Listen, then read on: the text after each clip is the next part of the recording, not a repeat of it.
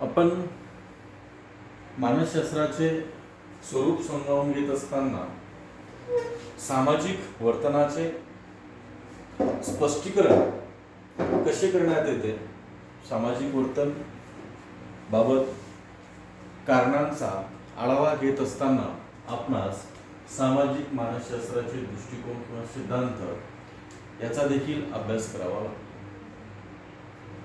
सामाजिक मानसशास्त्राशी संबंधित अनेक दृष्टिकोन, अनेक सिद्धांत मांडण्यात आलेले आहेत. त्या सिद्धांतापैकी प्रेरणाविषयक सिद्धांत किंवा गरजविषयक सिद्धांत, प्रेरणा आणि गरजानुसार व्यक्तिस्थित घडून येणारे वर्तन आणि त्या वर्तनाचं स्पष्टीकरण आणि त्या वर्तनाच्या कारणांचा आढावा हा प्रेरणाविषयक सिद्धांतामध्ये करण्यात येतो. व्यक्तिस्थित असणाऱ्या ज्या गरजा अग्रक्रमेण असतात, ज्या प्रेरणा या प्रथम स्थानी असतात, त्या प्रेरणांच्या नुसार व्यक्तीला किंवा व्यक्तीचे वर्तन हे आविष्कृत होत असते.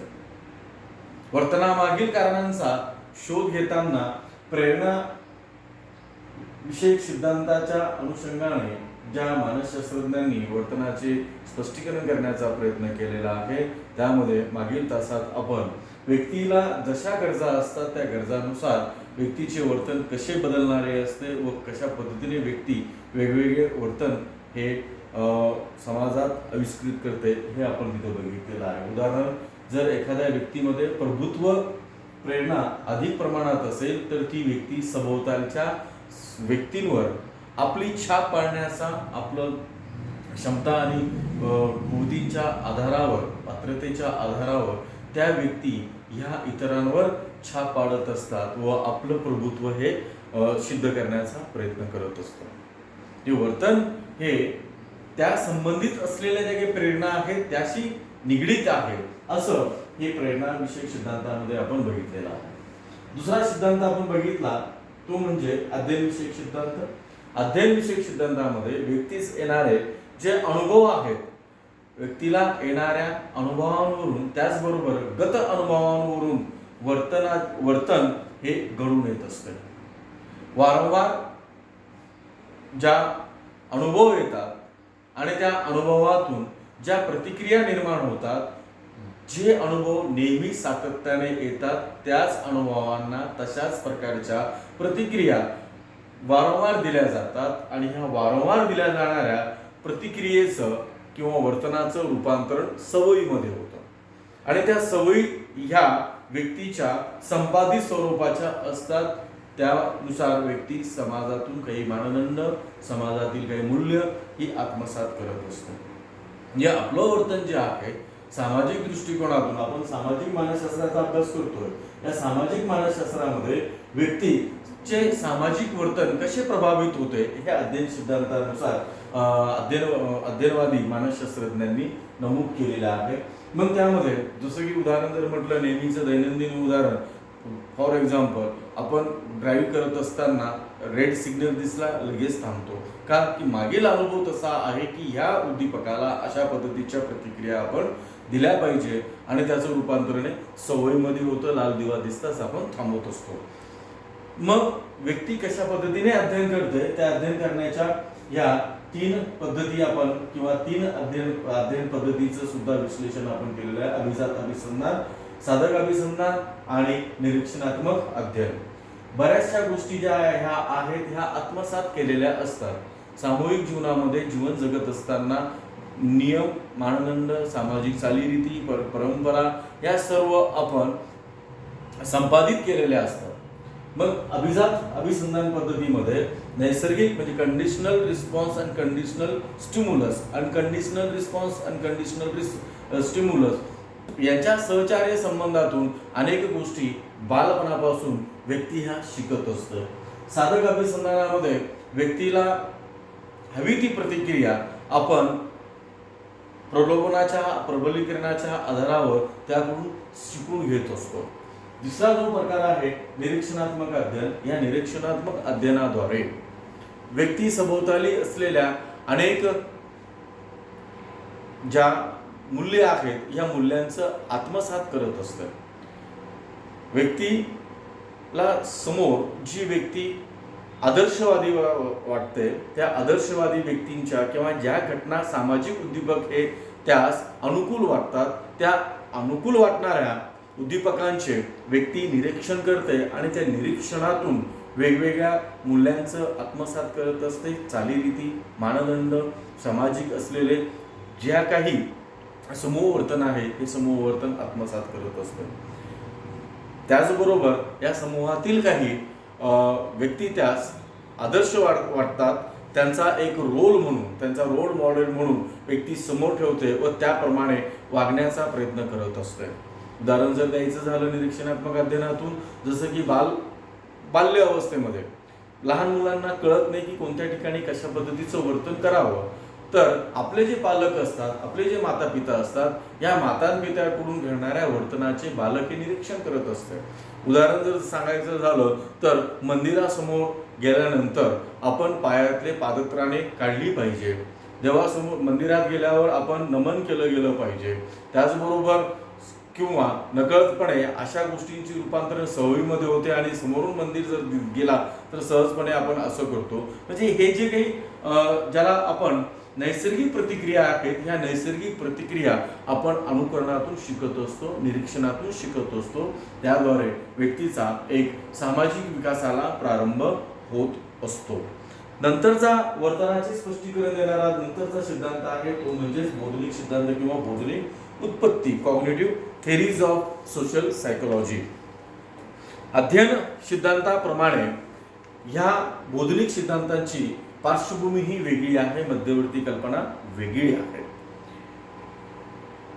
बौद्धिक सिद्धांतानुसार व्यक्तीचे वर्तन हे तो सामाजिक घटनेकडे कोणत्या पद्धतीने बघतो किंवा कोणत्या दृष्टीने बघतो, त्याचे संवेदन त्यास कसे होते, त्याचबरोबर त्या व्यक्तीचा त्याबद्दल असलेला अप्रोच कसा आहे, त्यावर व्यक्तीचे वर्तन हे अवलंबून असते.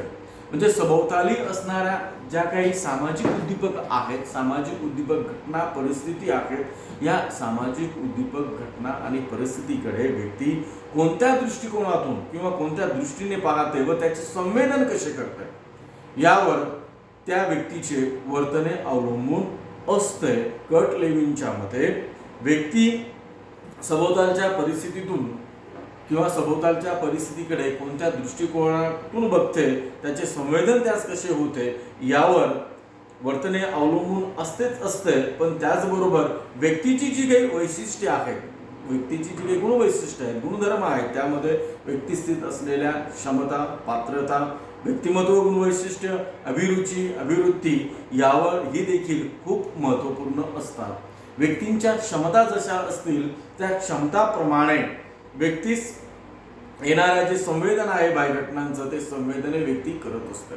एखादी व्यक्ती मुळातच आक्रमक असेल तर अशा वेळेस ती प्रति व्यक्ती म्हणून त्यास आक्रमकतेच्या पद्धतीनेच त्यास रिॲक्ट करते, प्रतिक्रिया करते किंवा वर्तन हे प्रक्षेपित करत असते. म्हणजे कर्ट लेविनची जी मध्यवर्ती कल्पना आहे, कर्ट लेविनच्या मते व्यक्तीला संवेदन होत असताना व्यक्तिस्थित असलेल्या ज्या काही क्षमता आणि गुणवैशिष्ट्य आहेत, त्या क्षमता गुणवैशिष्ट्य देखील महत्त्वाच्या असतात.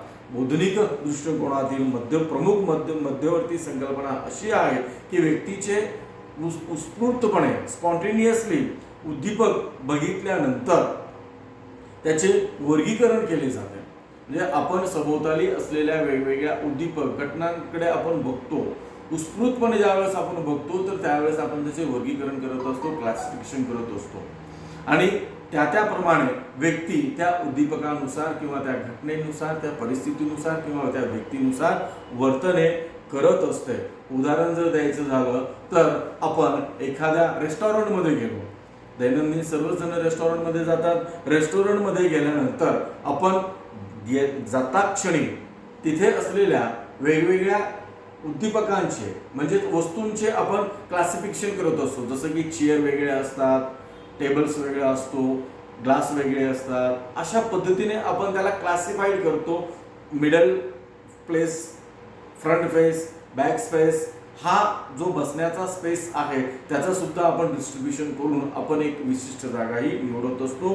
किंवा जर विद्यार्थी जीवनामधला उदाहरण जर द्यायचं झालं तर ग्रंथालयात गेल्यानंतर आपण त्या ग्रंथालयातली असलेली कप्प्यांचं वर्गीकरण करत असतो. जसं की तिथे पुस्तकांचे रॅक्स असतील, वेगवेगळ्या फॅकल्टीनुसार असतील, विषयानुसार असतील, विद्यार्थी लायब्ररीमध्ये बसलेले आहेत, काही वर्तमानपत्रे वाचत आहेत, काही ग्रंथपाल तिथं आहे, काउंटर आहे. अशा पद्धतीने आपण त्या घटनांचे, उद्दीपकांचे उत्स्फूर्तपणे नकळतपणे वर्गीकरण करतो आणि त्या वर्गीकरणातून व्यक्तीला त्या घटनाचं संवेदन होतं, त्या घटनाचं वेदन होत असतं.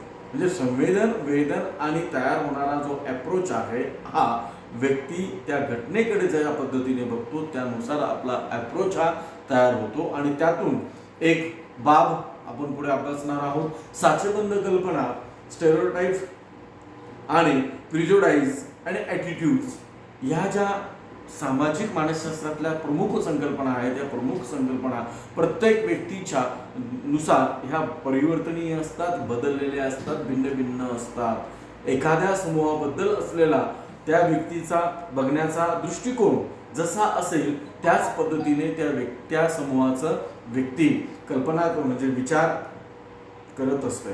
म्हणजे पूर्वग्रह जे तयार होतात हे पूर्वग्रह सुद्धा आपण सभोवतालच्या परिस्थितीचं संवेदन कसं करतो, बोधन कसं करतो त्यावर व्यक्ती स्थित असणाऱ्या ह्या संकल्पनांची निर्मिती होत असते.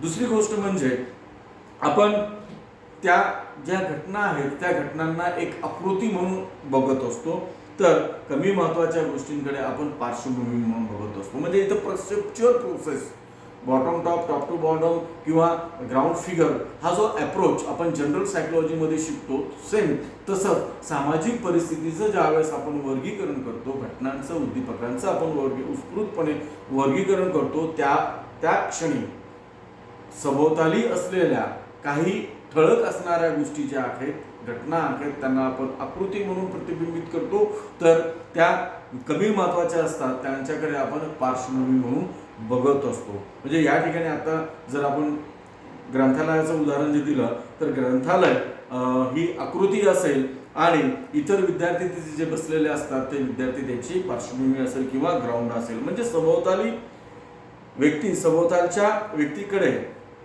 ते कसे पाहतात, सभोवतालच्या व्यक्तीबद्दल कसे वागतात, कसे बघतात याकडे ती बघते व त्यावरून त्याच्याशी कसे वर्तन करावे हे ठरवित असते. म्हणजे आपण सर्वप्रथम जे आपण लर्निंग अप्रोच जो बघतो इथे ऑब्झर्वेशनल लर्निंग, ह्या ऑब्झर्वेशन लर्निंगचाच भाग येथे पुन्हा हायर मेंटल प्रोसेसमध्ये कॉग्निटिव्ह थेरीजद्वारे असं तिथं स्पष्ट केलेलं आहे की आपण सभोवतालच्या घटनेकडे कसे बघतो, कसे वागतो, त्यावर व्यक्तीचे कसे वर्तन आहे हे ठरवत असतो. म्हणजे बौद्धिक दृष्टिकोनानुसार व्यक्ती म्हणजे पूर्व अनुभवाचा, गत अनुभवाचा, मागील अनुभवांचा उपयोग करून वर्तन करत नाही, तर तिचे संवेदन त्या परिस्थितीमध्ये काय आहे यावर त्या व्यक्तीचं वर्तन अवलंबून असतं. म्हणजेच अध्ययनवादी सिद्धांतामध्ये सामाजिक वर्तनाचे किंवा मानवी वर्तनाचे विश्लेषण करत असताना मागील किंवा गत अनुभवांना अधिक महत्त्व देण्यात आलेले आहे, तर बौद्धिक दृष्टिकोनामध्ये व्यक्तीस त्या घटनेचं संवेदन कसे होते, त्या स्वतःचं असलेलं त्या परिस्थितीबद्दल काय संवेदन आहे हे ठरवून व्यक्तीचे वर्तन हे घडून येत असते. याबाबत बांडुरा आणि त्यांच्या सहकार्याने असं मत प्रतिपादित केलेलं आहे की व्यक्तीला जसे पूर्व अनुभव असतील ते लक्षात ठेवून व्यक्तीचे वर्तन होत असते, मात्र बौद्धिक दृष्टिकोनानुसार, बोधात्मक दृष्टिकोनानुसार व्यक्तीला ज्या प्रकारे परिस्थितीचं संवेदन होतं त्याप्रमाणे ती व्यक्ती त्या परिस्थितीचा अर्थ लावत असते व त्याप्रमाणे प्रतिक्रिया देत असते. उदाहरण जर द्यावयाचं झालं तर आपण एखादा धार्मिक उत्सव असेल तर त्या धार्मिक उत्सवाकडे बघण्याचे प्रत्येकाचा संवेदन जे आहे, त्यास होणारी त्याची जाणीव आहे ती वेगवेगळ्या पद्धतीने होते. जसं की समजा ग्रामीण भागातलं जर आपण उदाहरण घेतलं तर 4 व्यक्ती तिथे बसलेल्या आहेत आणि एखाद्या व्यक्तीच्या अंगात येत आहे. अंगात येण्याची प्रक्रिया जी प्रथा आहे ही म्यूट आहे, इरॅशनल आहे. ॲबनॉर्मॅलिटीशी संबंधित हा उदाहरण देतोय. पण त्यामध्ये एखाद्या व्यक्तीच्या अंगात जर येत असेल तर तेथील असलेल्या ज्या सराउंडिंगचे लोक असतात, ते सराउंडिंगचे लोक व्यक्ती स्वतःच्या क्षमतानुसार, स्वतःच्या व्यक्तित्व गुणवैशिष्ट्यानुसार त्या अंगात येणाऱ्या व्यक्तीचं विश्लेषण करतात, स्पष्टीकरण करतात. मग काही लोक याला म्हणतील की याला देवाने पिछाडलेलं आहे, याला काही शाप आहे, याने काही पाप केलेलं असेल किंवा कोणीतरी त्याच्यावर करून दिलं असेल, वॉटेवर. अशा पद्धतीचे विचार, अशा प्रतीचं त्यांचे धारणा तयार होते, दृष्टिकोन तयार होतो. आणि काही लोक वेळ प्रसंगी त्या लोकांना देव सुद्धा मानायला मागं पुढं बघत नाही. पण तेथेच काही लोक अशी असतात की त्यांच्या क्षमता आणि त्यांचे गुणवैशिष्ट्य ही भिन्न स्वरूपाचे असतात. मग ते त्या घटनाचं विश्लेषण वेगळ्या पद्धतीने करतील की ह्या व्यक्तीला प्रचंड असा मानसिक त्रास आहे, कोणत्या तरी समायोजनात्मक समस्या या व्यक्तीला भेडसावत आहे आणि त्या समायोजनात्मक समस्येतून त्या व्यक्तीचं मानसिक संतुलन बिघडलेलं आहे, म्हणून ती व्यक्ती त्याच्या पद्धतीचं वर्तन करत आहे. म्हणजे घटना एकच, सामाजिक उद्दीपक परिस्थिती सारखीच आहे, मात्र त्यामध्ये व्यक्तीचं होणारं संवेदन, त्याच्या उच्च प्रकारच्या किंवा उच्चतर मानसिक प्रक्रियेनुसार त्या व्यक्तीला सभोवतालच्या घटनांचं बोधन होत असते व त्यानुसार व्यक्तीचे विचार, त्यानुसार त्या व्यक्तीच्या धारणा, संकल्पना ह्या तयार होत असतात. म्हणजे सामाजिक मानसशास्त्रामध्ये वर्तनाचं स्पष्टीकरण करत असताना किंवा वर्तनामागील कारणांचं स्पष्टीकरण देत असताना बौद्धिक सिद्धांतानुसार व्यक्ती स्थित असलेल्या हायर मेंटल प्रोसेस ज्या आहेत त्यामध्ये संवेदन आणि बोधन, या दोन्ही संवेदन आणि बोधनावर वर्तनामागील कारणांचा शोध किंवा सामाजिक परिस्थितीचा शोध हा घेतला जातो. मागील उदाहरणामध्ये मी विवेकचं उदाहरण दिलं होतं. त्यामध्ये त्याने चोरी केली, चोरी करून जात होता, पोलिसवाल्यांनी त्याला अडवलं, त्याने हल्ला केला. म्हणजे हल्ला केला तर येथे त्याचं विश्लेषण बौद्धिक दृष्टिकोनानुसार किंवा बौद्धिक सिद्धांतानुसार वेगळ्या पद्धतीने केलं जातो. की विवेकला असं वाटलं असेल की म्हणजे पोलिसांना त्याने जोरात ओरडताना बघितलं, त्याच्याकडे अगदी त्या अप्रोच, ज्याला ॲग्रेशनच्या अप्रोच, पोलिसवाले त्याच्याकडे पळत आले असतील आणि पोलीस मला आता पकडून तुरुंगात टाकतील. बघा घटनेचं संवेदन कसं होतं आहे. पोलीस मला तुरुंगात टाकतील, पोलीस माझ्यावर वेगवेगळ्या प्रकारच्या चार्जशीट लावतील, माझ्यावर 3rd डिग्रीचा अवलंब करतील किंवा मला कटघऱ्यात उभे करून मला जेलमध्ये टाकतील. अशा पद्धतीचा येथे त्या विवेकला संवेदन झालं असेल आणि त्या संवेदनातून किंवा त्या घटनेचं त्याला बोधन झालं असेल आणि त्यातून त्याने एक स्वतःचा बचाव करण्यासाठी आक्रमकता म्हणून त्याने पोलिसांवर हल्ला दाखवला. म्हणजे घटनेचं विश्लेषण तिन्ही सिद्धांतानुसार, एकच उदाहरण आपण बघितलं, तिन्ही सिद्धांतानुसार या घटनेचं कशा पद्धतीने स्पष्टीकरण सामाजिक मानसशास्त्रज्ञ हे बौद्धिक दृष्टिकोनातून कसे करतात हे इथं स्पष्ट होतं. थोडक्यात व्यक्तीला येणारं जे संवेदन आणि बोधन आहे त्यानुसार आपण सभोवतालच्या घटनांचं अर्थविवरण करत असतो व त्याप्रमाणे वागण्याचा प्रयत्न करत असतो. म्हणजेच येथे प्रेरणात्मक सिद्धांत असेल, अध्ययनात्मक सिद्धांत असेल, बौद्धिक सिद्धांत असेल, यानुसार प्रत्येक सामाजिक वर्तनाचे स्पष्टीकरण किंवा त्याची कारणं वेगळ्या वेगळ्या पद्धतीने दिले जातात. म्हणजेच येथे प्रेरणात्मक दृष्टिकोनमध्ये बऱ्याच वेळेस त्याच्या गरजा महत्त्वाच्या घेतल्या जातात. अध्ययनवादी दृष्टिकोनामध्ये त्या व्यक्तीचं असलेलं अनुकरणात्मक वर्तन, निरीक्षणात्मक वर्तन असेल हे केंद्रस्थानी ठेवलं जातं. तर बौद्धिक दृष्टिकोनानुसार त्या परिस्थितीचं व्यक्ती संवेदन कसं करते, त्याचं बोधन कसं करते, त्यानुसार त्या व्यक्तीचे गुणधर्म किंवा त्या व्यक्तीच्या वर्तनाचं आविष्कारण हे घडून येत असतं किंवा ती व्यक्ती वर्तन हे एक्सप्रेस करत असते. म्हणजे अशा पद्धतीने सामाजिक घटनेमधील, सामाजिक परिस्थितीमधील वर्तन जे आहे त्या वर्तनाचं स्पष्टीकरण किंवा त्या वर्तनाची कारणं शोधत असताना ह्या प्रमुख 3 सिद्धांतानुसार सामाजिक मानसशास्त्राची दृष्टिकोन किंवा सामाजिक मानसशास्त्राची सिद्धांत स्पष्ट करता येईल. मुळातच ह्या चॅप्टरमध्ये आपला मुख्य हेतू म्हणजेच मानसशास्त्रात सामाजिक मानसशास्त्राचा अभ्यासविषयक सामाजिक मानसशास्त्राचे स्वरूप आणि सामाजिक मानसशास्त्राची व्याप्ती ह्या सर्व बाबींचं अवलोकन करत असताना मानवी सामाजिक वर्तनाचं ज्यावेळेस आपण विश्लेषण करतो किंवा त्या कारणांचं आपण स्पष्टीकरण देण्याचा प्रयत्न करत असतो तेव्हा हे 3 सिद्धांत अतिशय महत्त्वपूर्ण ठरतात. प्रत्येक व्यक्ती ह्या वेगवेगळ्या असतात, प्रत्येक व्यक्तीचे गुणधर्म वेगवेगळे असतात आणि त्यानुसार सामाजिक मानदंड, चाली रीती, रूढी, परंपरा, मूल्य व्यक्ती आत्मसात करत असते. मात्र त्या सभोवतालची जी मी वारंवार एकच शब्द वापरतोय तो म्हणजे सामाजिक उद्दीपक परिस्थिती म्हणजे सामाजिक घटनांचा ह्या व्यक्तीचा काही वेळेस परिणाम होतो, तर घटनांचा व्यक्तीवर परिणाम होतो. म्हणजे अशा पद्धतीने येथे या 3 सिद्धांतानुसार सामाजिक वर्तनाचं म्हणजे आपण विश्लेषण करू शकतो. अशा रीतीने सामाजिक मानसशास्त्राचे जे 3 सिद्धांत आहेत ते 3 सिद्धांत आपण या तासामध्ये संपवलेले आहेत. वर्तनाचं स्पष्टीकरण, सामाजिक वर्तनाची कारणं या 3 सिद्धांतानुसार देण्याचा प्रयत्न सामाजिक मानसशास्त्रज्ञांनी केल्याचे दिसून येते.